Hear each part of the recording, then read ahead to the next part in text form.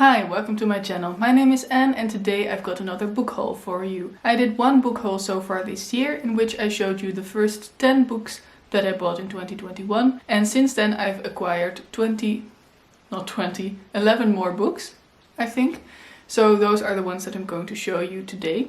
I have read a few of them already and others are still on my TBR, but they're all books that I'm excited about, so without further ado, let's just get right in. The first one is Under Rosedated Skies by Louise McGornall. This is one of the books that I've already read. It is about a girl called Nora.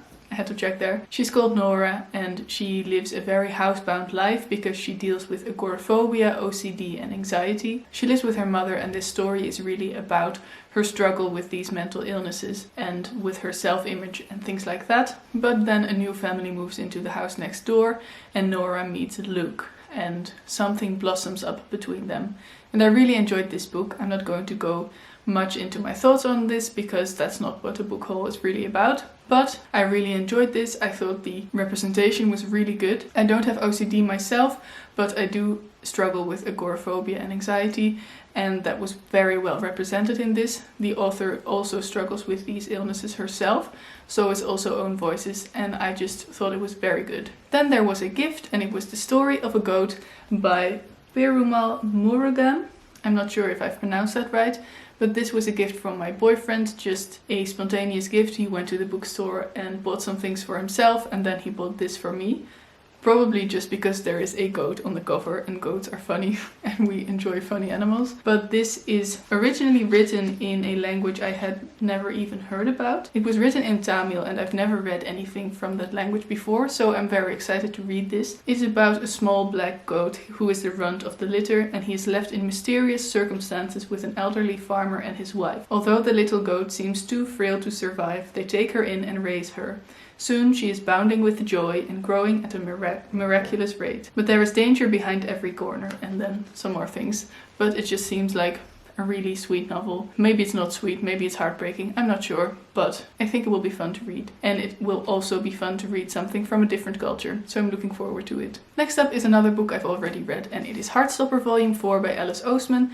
This is the 4th volume in the Heartstopper series, which is a graphic novel series about Nick and Charlie, two boys who meet in high school and who fall in love with one another.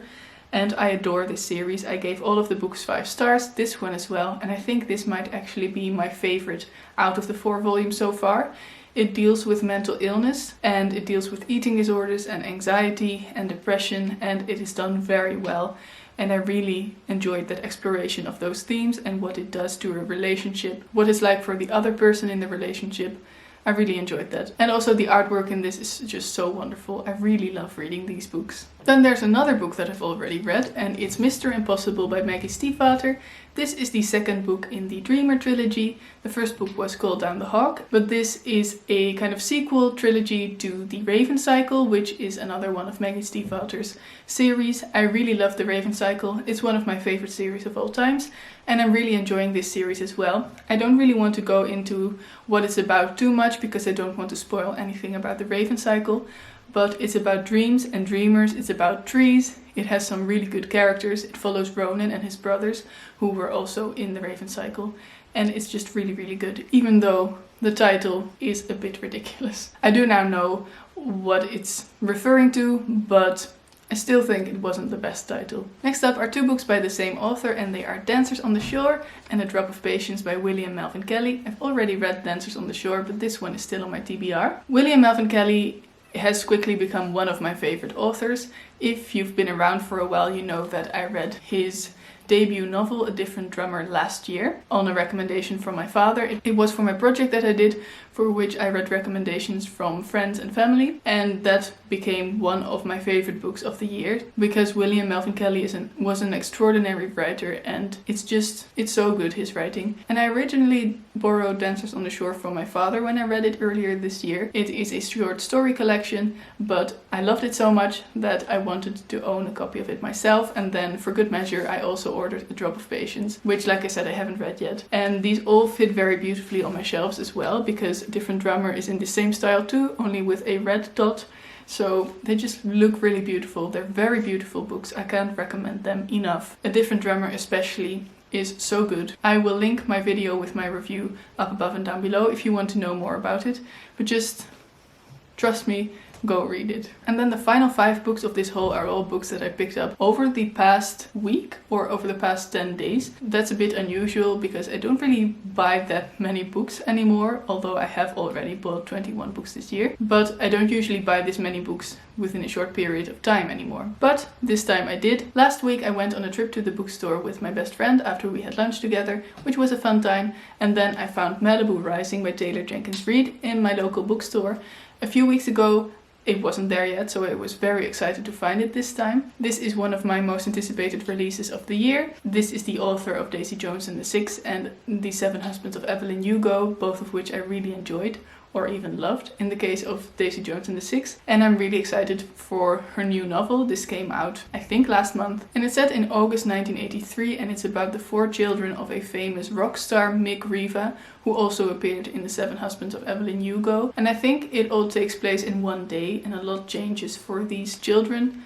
They're not really children. I think they are in their 20s. But the children of Mick Riva. They have an epic party and a lot goes down there, I think, and that's basically all I know about it. What I do know is that I love Taylor Jenkins Reid's writing and that I love this cover, apart from this stupid printed on sticker, which I hate. But these colors, the sea, I adore it. I'm very happy that I own a copy of this now. On that same trip to the bookstore I came across a book that I was even more excited to find, and that was Hollowpox by Jessica Townsend. I've checked my bookstore a couple of times now for this one, especially for this copy in particular, because Hollowpox has been out for a couple of months now. I think it came out at the start of the year, but this version of it, this edition, wasn't out yet. And I didn't think it would come out until later this year. So when I found it, I was really excited about it because I want this edition in particular because it fits with these two. They look beautifully next to one another. And I really think this is the most beautiful edition of this book. And I didn't expect it to be this beautiful.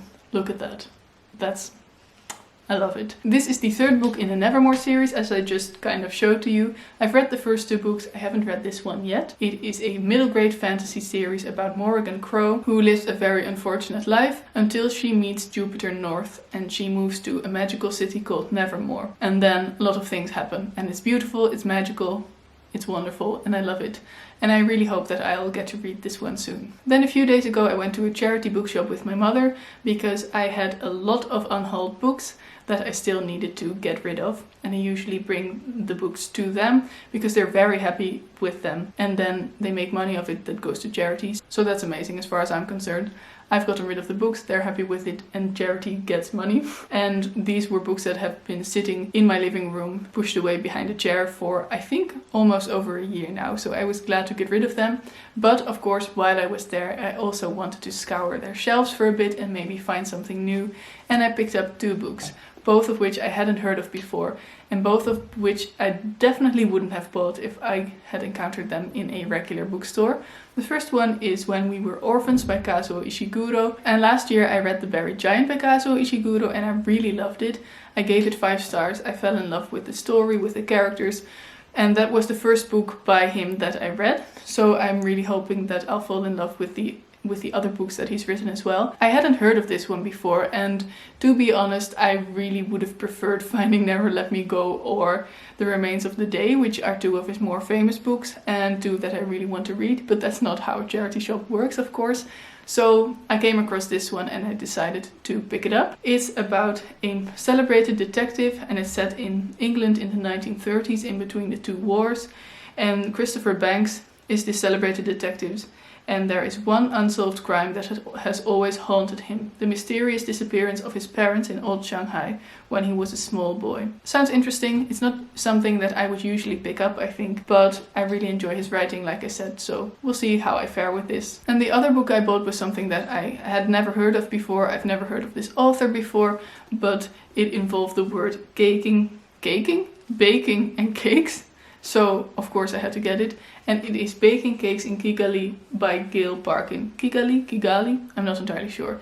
It's the capital of Rwanda. It seems like a very heartwarming novel just by the looks of the front, and it's about Angel Tungaraza, who runs a small business baking cakes for the celebrations of her neighbors. As her customers tell her their stories, Angel comes to realize how much each of them has to mourn, as well as what they have to celebrate. And finally she comes to accept how much that is true of her too. It sounds like a really wonderful novel, and I'm afraid, if I'm being entirely honest, that this is one of those books that will stay on my shelves for quite some time before I read it, just because I've never heard of it before. I haven't heard anyone else talking about this before, but I think it will be a book that I might really enjoy when I do finally pick it up. And then the last book that I bought was One Last Stop by Casey McQuiston. This is a recent release. Casey McQuiston is the author of Red, White and Royal Blue, which is a very popular book in the bookish community that I read earlier this year and really loved. And this is her newest work. It's about two women who meet on the New York City subway and they fall in love with one another. That's all I know about it. I wasn't planning on buying this, but for the Buzzword Reading Challenge I have to read a book with the word last in the title this month, and I don't own a book with the word last in the title that I haven't read yet, and this one was one that I really wanted to read, so I figured I'd just buy it and hopefully I'll get to it this month, because I'd completely forgotten about the Buzzword Reading Challenge when I put together my July TBR, so this wasn't on that, but I hope I'll be able to fit it on. I'm very excited to read it in any case. And those were all the books that I bought since I did my last book haul. I'm excited to read all of those, and I've already read quite a few of them, as you saw, so I'm pretty proud of myself for that. In a comment down below, let me know if you've read any of these books, whether you enjoyed them, and please like this video if you liked it, and subscribe to my channel. That's the one. I completely forgot it. Subscribe to my channel if you want to see more of me in the future, and have a nice day. Bye! Hallo!